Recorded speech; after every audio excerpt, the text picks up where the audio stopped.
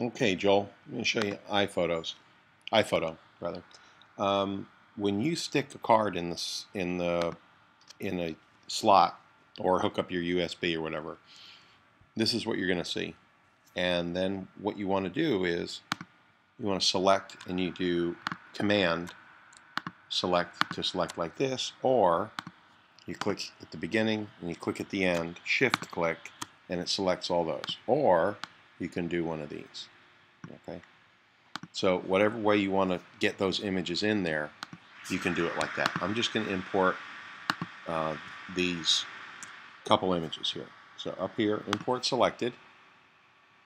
I also have it hooked up, delete photos. I also have it hooked up so that it goes into my Dropbox. So as soon as I stick that card in, it sticks all those images up under camera downloads, which I don't know if that's good or bad, but it's up there as well. So we'll double click on this and just arrow through here. This was where we were yesterday. And I'm going to fix these images real quick while I'm here. Quick fix, enhance. It's a little bit too much. Let's crop it. We know how to do all this stuff, right? HD. People are used to seeing that.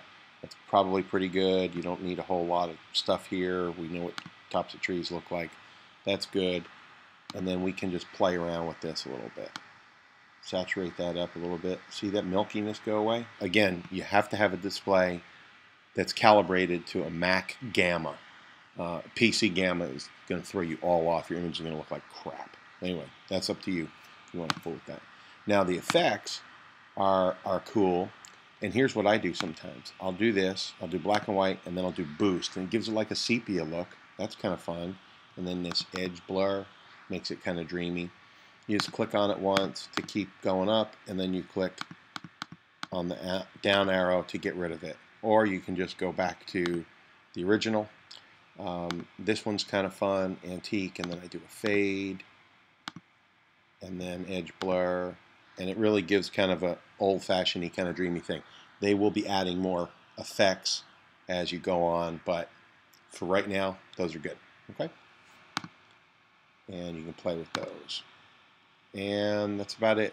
You're probably not going to need to do anything else. Retouch is awful on this. It just does an awful job. If you're going to retouch anything, do it in Photoshop. Send it to me. I'll do it in Photoshop for you. And obviously, rotate is self-explanatory. That's all you need to know. Effects, and then adjust. Now, let's go back to your photos. Okay, so here you go, all your photos. What a mess. Photos are usually taken in events, like a birthday, an anniversary.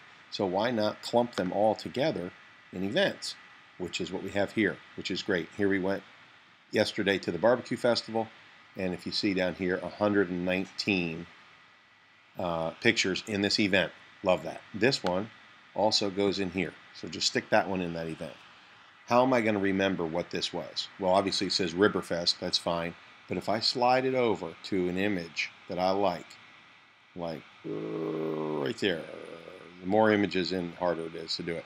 Then I hit the space key, and then that's my new event title image. Okay, so here was a great image that I took the other night. We went over to Friends. Okay, now this was the better image for both of them.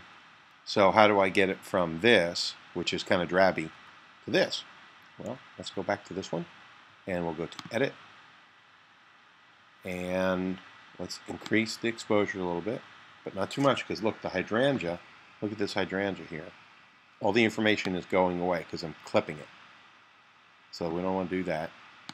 Let's see if we can increase it without doing that too much, and then we can bring this highlight down to increase this.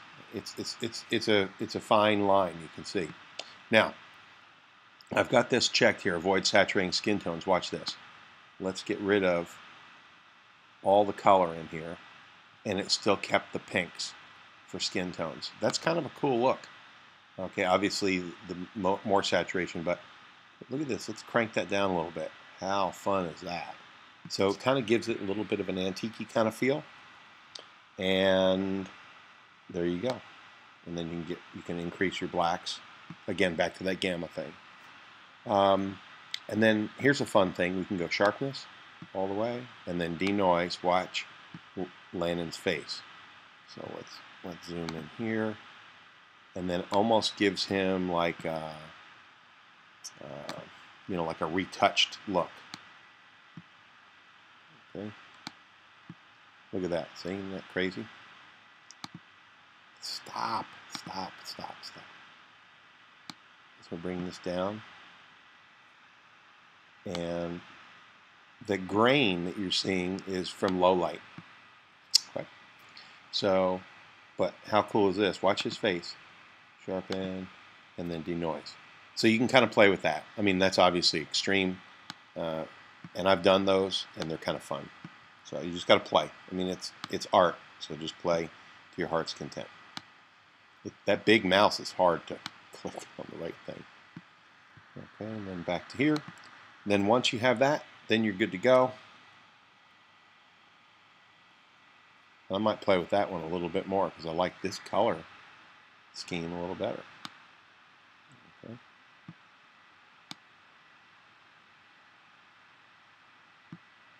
And then increase this a little bit. Again, it's real personal.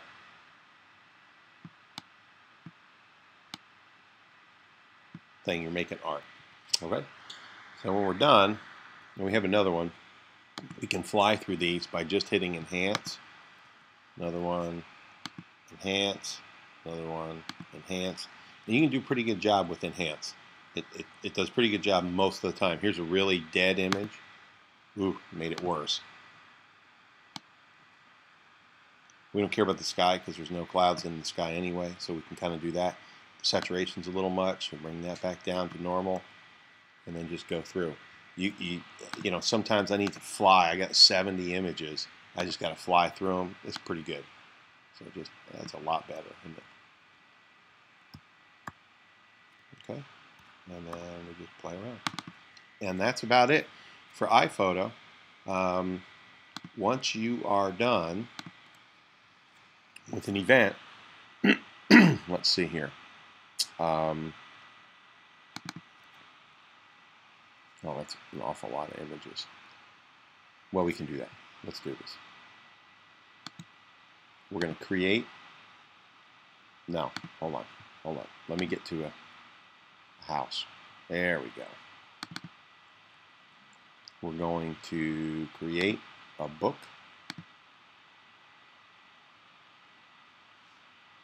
And we can actually buy a book right out of here. Create.